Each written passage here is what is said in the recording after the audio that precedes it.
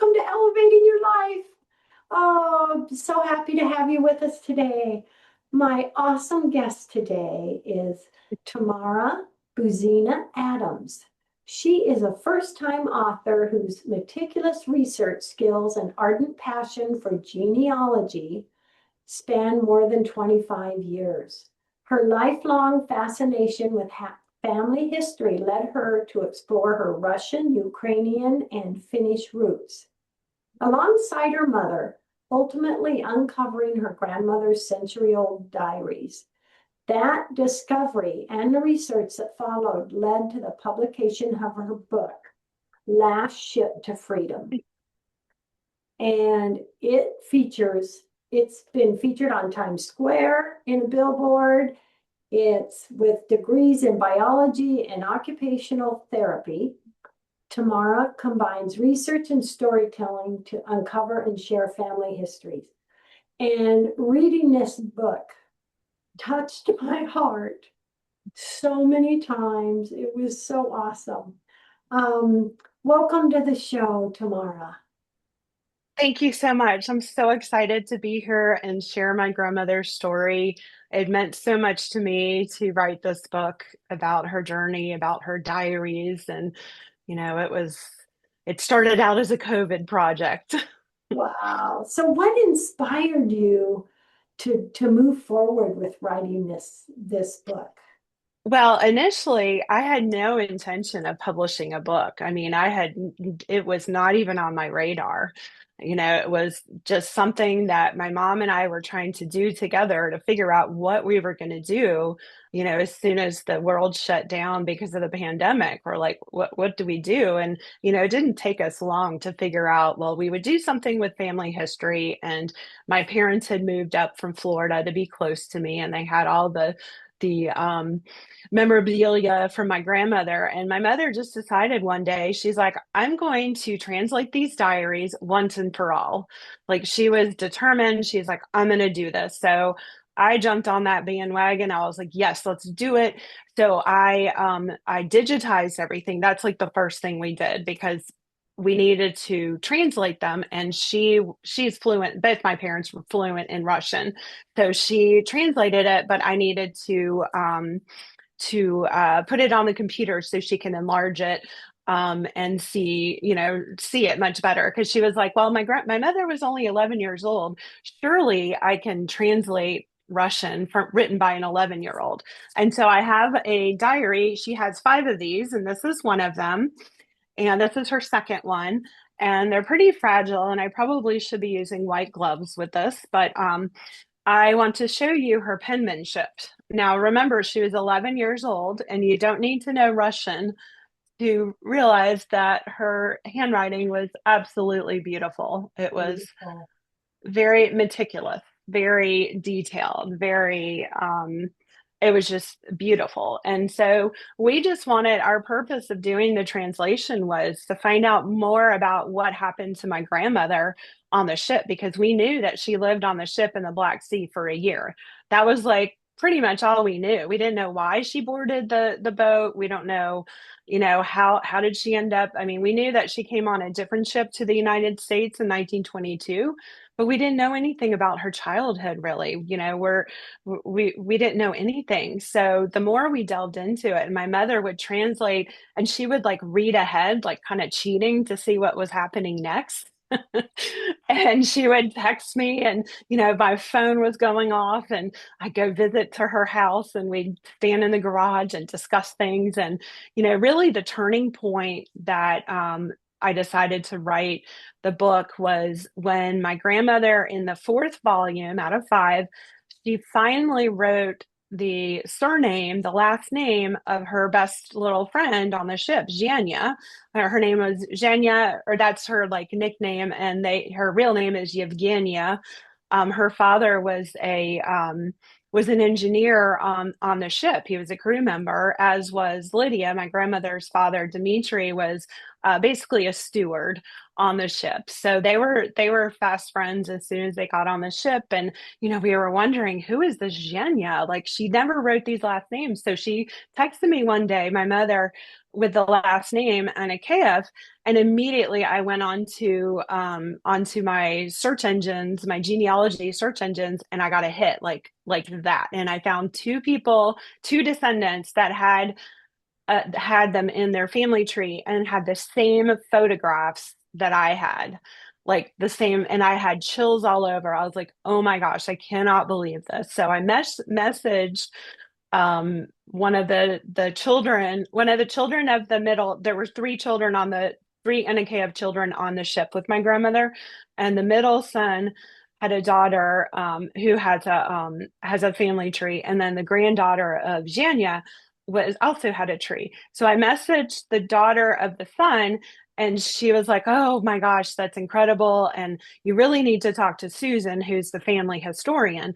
So eventually, like I think I counted like 10 days later, I was looking at my messaging, they didn't respond right away. And I was like crawling in my skin, dying to talk to them because I'm like, maybe they know more than I do. And, maybe they can shed some more light on this. But unfortunately, they really didn't know much about their time because Zhenya and the kids didn't really talk about it. It was a traumatic as far as, once they came to the US, as with a lot of immigrants, they come to the US and they don't want to talk about, why they left their homeland or, what was going on then, because it was just so traumatic mentally. Mhm. So they didn't want to talk about it. So they didn't know. And then, we didn't think to ask, we didn't want to upset them. So, that was the turning point. And, Susan and I became fast friends as all of the relatives of the Anikeyev family. And I just remember Susan telling me, she's like, this is an incredible story. Like, she learned so much from my research. And we were both, I was like, okay, this is not just my story to tell. I was just going to keep it in the family and just be like, okay, this is for my legacy. This is our family history. Certainly nobody else shared it. But that was very untrue because I found out that I discovered kind of why they boarded the ship, or I could guess why they boarded the ship. I found out historical events that happened on November 14th, 1920. There was a big Crimea evacuation with like 150,000 refugees leaving that area, the Crimea Peninsula, out of 5 ports. There were 126 ships. One of them was the Kherson, which is my grandmother's ship, this one right here. That's a digital copy of a painting that an artist did of the ship while they were on the ship. And the ship that they were on, the Kherson, was to accommodate 1,500 people. And on November 14th, at that point, my grandmother and her family had been on the ship for 10 months. Um, there were 7,000 people on the ship living on the decks, living, wherever they could. People, got on the ship in hopes of leaving. So, and the more I thought about how many people actually evacuated on that ship and what the story would mean to be out there, I was hoping, I also wrote it hoping that other descendants of the people that were on the ship would reach out to me and, say, hey, my grandmother or my great grandmother or grandfather was on that ship. And here I have some pictures, or, that's kind of the dream. But, it was, that's when I realized that I had to write this book and I had to get it And out there. you know, you realize these people were just desperate to Yes, escape and remain alive. yes, yes. And one thing in your book that just, oh man, it touched me. Uh, when I was young, my horse was my best friend. Yeah. And in the book, it's mentioned Mhm. that several soldiers that had to leave Yeah. to save their lives couldn't bring their horses, Mhm. and horses literally were running into the water Yeah. after them. and drowning. Yeah. Yeah. Oh, Yeah, and we think, we looked in the archives, we looked in historical, documents. We think it happened in March of 1920. They were in Novorossiysk, which is part of Russia, kind of south of Crimea. And the Bolsheviks were coming in, and after March of 1920, the ship was not there. And we think that she witnessed the horses, the devastating horses dying in the water in March, and we believe of 1920, and we believe also in November of 1920 as they were leaving port for the final time in the Crimea.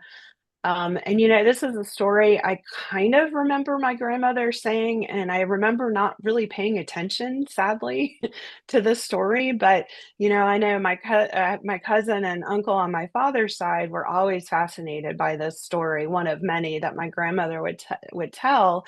And could you imagine being 11 years old, living on a ship? You've left your home, and you see all these people evacuating on your ship, and they can't take their horses because, like I said, the ship was only made for like 1,500 people. And the closer they got to November 14th, the more and more people were on there, and there were no room for the horses. So they had to leave their horses behind. And in desperation, these horses, they were so loyal to their masters, they couldn't stand leaving them. And I have a poem that we translated to English from Russian. One of the cavalrymen wrote a poem about how devastating it was to watch this happen. And he ultimately ended up shooting his horse to put him out of misery because it was just so upsetting to see, their companion, he expected, he basically says in his poem, he expected his horse to lay down next to him in the grave, when he died. And it just was heartbreaking. And I just can't imagine, seeing that as an 11-year-old yes. kid. And it's just much less as an adult, how upsetting that is. And were there some cavalrymen that actually went into the water to be with I the don't know. I don't know. They have there's some documentation. They made a movie in the 60s in Russia about, it's called Two Comrades Serving, and it highlights the horses going into the water, and I think, well, I don't want to spoil what happens in the movie. I think the but it was based on what happened with the horses. And I watched it. It's on YouTube, and it's in Russian, but it has English subtitles. So, but it happens at the very end. So, but I wanted to watch the whole thing just to kind of get an idea of, even though this is, Hollywood, not really Hollywood, but movie, depicting something that actually happened. But it's just, you can't picture what happens. Like it's so upsetting. But I don't know for sure, but I would imagine that some people would go in after their horses, or they, were just so upset that they probably tried to console them on the port, but they had to go. I mean, even on November 14th, which I'm sure this happened in other ports as well, that all the big ropes that tie the ship to the dock, there were people climbing up the ropes trying to get onto the ship because they don't want to be on shore because they were depicted as against the government, and they wanted to escape. And unfortunately, there were so many people on the ship that the officers were instructed to cut the ropes so that they would ultimately, sadly, fall into the water. And it's just a lot of heartbreaking things happen during this time. And, I feel like Lydia's parents shielded her for a lot of things because looking back, my grandmother looked upon this time, maybe not that time, but once they left Russia, once they left the Black Sea, she had a fabulous time. Like it was an adventure. She was with her friends. She was seeing lots of, she has like this different glimpse of, it's a different telescope kind of thing where you see, you see it through, a child's eyes. Mhm. Um, because she's met people throughout her life that were part of this evacuation, and it was an absolute, and they were adults, and it was an absolutely harrowing experience for them. So I'm wondering just how much she was sheltered. But I do know she saw the horses incident probably a couple times. And something that was so beautiful, Tamara, was you shared in the book a letter Yes. that was sent to Lydia from her tutor. Yes.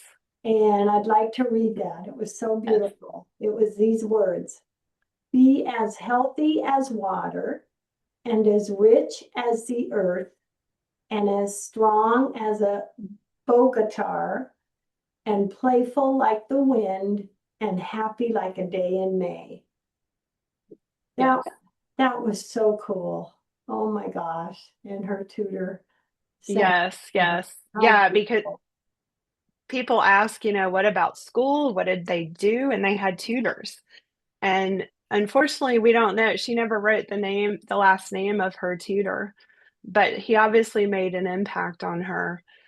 And, was such a touching poem, and send it to her. And she even wrote a note in her later life. She would go through her photographs, she would go through her diaries. Even when she was in assisted living in her 90s, she was rereading it. She was reliving her experience on the ship. And she remembers that tutor. And, they were trying to give some sense of structure on the ship for these children because there weren't that many kids on the ship. They didn't have structured school on the ship. They just had tutors, and they had, and she was so diligent about trying to do her work. And I think, he took an interest in her and the other kids to get them to um to do their lessons. And once she got off the ship, they met up with him in Zagreb, Croatia, or current day Croatia. It was Yugoslavia then. And they got him art supplies or something like that, Love it. so they were Oh, able to see him again. And so I think, I've been looking on lists. We think he might be buried in Zagreb in the cemetery, Miragaj Cemetery there. Um, and we have a couple suspects who it might be, but we don't have confirmation on exactly who it is. I'd love to, just contact the descendants, because I think that would be really cool, because obviously, A, he sent her something. B, she saved it all these years. I mean, she saved a lot of stuff, yeah. but the fact that she saved it, I think, really was impactful for her. Share a few things that in your discovery and your research, Mhm. and that may have been just surprising and so emotional for you when you were doing this research. Was there Yeah. something that just, wow, blew you away? Yes. So probably the most surprising thing that I found wasn't an actual thing I discovered or that they did or that they experienced. It was how connected I felt to myself, to my identity as I was, working on this project. Like, I feel like I know my grandmother so much better now, even though she's been gone for over 20 years. Um, I just felt like I feel more connected to myself. I feel more connected to my grandmother. Um, I just feel like I knew her better, and I feel like she lives inside me, and her strength and her resilience lives on in me. And that was probably the most surprising thing that I discovered, which is kind of like, a little quite emotional, but maybe more superficially. One of the emotional or surprising emotional things that I discovered was that I felt very sad about is that they always wanted to go back. They were always expecting not to be gone forever. They were just gonna be gone until things settle down, and they were gonna come back to Odessa to Oh, their excuse oh, bless you. thank you. um to their family, because they had a big extended family in Odessa. on the Black Sea where they're from. And, my grandmother would talk about, she would remember the name days of, all her relatives and, just think of them all the time and how she misses them. And she had a cousin, Tanya, who I believe was like 1 year older than her, and they were like sisters. And apparently, I had learned this only recently that Tanya was on the ship with her, ready to go with them on this adventure. And the mother was like, "No, I don't think so. I can't stand not having her go." And it was just heart-wrenching. And unfortunately, this part was before Lydia started her diaries. But I heard this from a relative that had told us the story of how it happened. And that was just gut wrenching and so Oh, sad. Like between those two things, I just feel so. But then, if this didn't happen, I wouldn't be here telling this story. mhm. So, it's kind of everything was very emotional. Um, Oh, I can it's, imagine.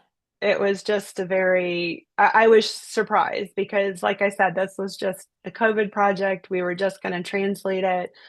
We weren't going to read into it or, make this a big document or whatever. But it really, the more we delved into it, the more transformational it became. And it just was, like mind blowing. Yeah. And And something else that is so wonderful in the book is all the pictures yes, that you have. You have yes, pictures of Lydia, and yes. oh my gosh, what that must have been like putting those together in the book. Yes, and it's kind of funny because Susan, who's the granddaughter of Zhenya, and I we would have many discussions about the ship and their time on the ship. And our biggest question was, who had a camera in 1920 and 1921? And Yeah. where did they develop the pictures? Like Oh, this was a burning question, exactly. I you wondered know? that reading the book. Yeah, because I mean, she had them in her little, in her black construction paper album, and we still have them. And of course, I've scanned them all because that's what you need to do. These pictures are over 100 years old now, and they're still, they're yellowing, they're fragile, but they're still in pretty good shape. But yeah, we're so lucky to have them. And the more I read about who was in the diaries and how her descriptions, I was able to figure out there's one picture of all of the children sitting on the ship, and there's nothing written on the back of my picture. But there's a picture, the same picture Susan's family has, and she wrote all of the names on the back in Russian and the date and where they were going to. So when I got that, I was like, oh my gosh, this is confirmation that, they were definitely on the ship. Like I can narrow it down that Lydia and her family got on about January 1920 from Odessa. And I think the Anakea family did not come on until June because this photograph is proof that they were on it in July and they were going to Salina on the Black Sea. But by the time I had seen that photograph with all the names on the back, I had already guessed who they were, and I was so proud of myself that I got it correct. Uh, what tip would you give our listeners on what they can do to proceed with, searching for their ancestral background? So, my number one tip that I tell everybody is first and foremost, ask the oldest person in your family what their life was as a child, because once they're gone, you're going to lose all the stories that they had. Had I Wow. not had these diaries and I didn't ask, well, I did not ask my grandmother, and my mother did not ask my grandmother about her time on the Black Sea ship. We thought she was on it only for a year. We found out it was actually a year and a half. But had we not had all these pictures, had we not had these diaries and the burning desire to know what happened and to research it, that story would have been gone with her in 2003 when she passed away. So I Yeah. feel very strongly Mhm. that you need to ask your oldest people. And, and sometimes, they're not forthcoming.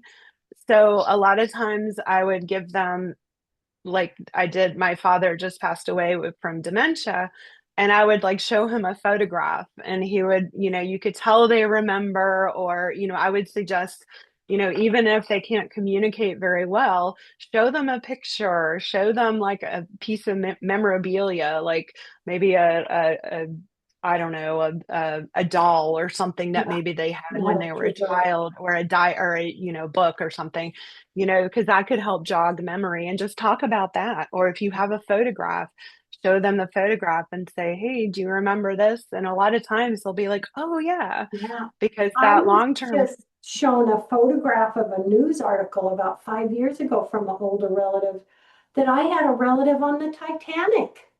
yes, He that's was a amazing. businessman and he passed away on the Titanic. I didn't know that. So yeah, that's a great point. Ask an older relative. Yes, Oh my yes, gosh. We have yes. about 2 minutes left, my dear. Okay. What last message do you want to share with everyone? Well, I want to just I hope that anybody that reads my book or watches this episode, no matter what your cultural or heritage background, your family history background is, I hope that this inspires you to look into your family history, because I feel like it gives you more of a connection to yourself. You know where you came from, you know who you are after researching all that. So I feel like it's a really incredible tool to feel more connected and you know, identify with yourself, with who you are, and become more confident in yourself. I mean, I just hope it inspires people to look into their past so that they can move forward. I love that. That is a great message. And this book is inspiring. It's heartfelt. It's, oh my Yes. gosh, I tell you, when I was reading it, it was like, and all the precious pictures and, Yes. and really it's an awesome thing to think about what our lineage is, you Yeah. know, that's an awesome thing. Awesome thing. Wow. Yes. You might be surprised in what you discovered. You might be Yes. surprised with how similar you are to I found out that a great grandfather liked photography. No Yeah, idea. Had no idea. And I love photography. So, and my whole family does. So, I you love can it. learn some interesting things. Yeah, to find out, like my father was uh, half Polish, Yeah. you find it's amazing. But Yeah. everyone, thank you for joining us Mhm. today. What a fantastic chat we had. Hugs, blessings, and hugs and blessings, Tamara. Thank you so much, dear. Thank you so much for having me. You are so welcome.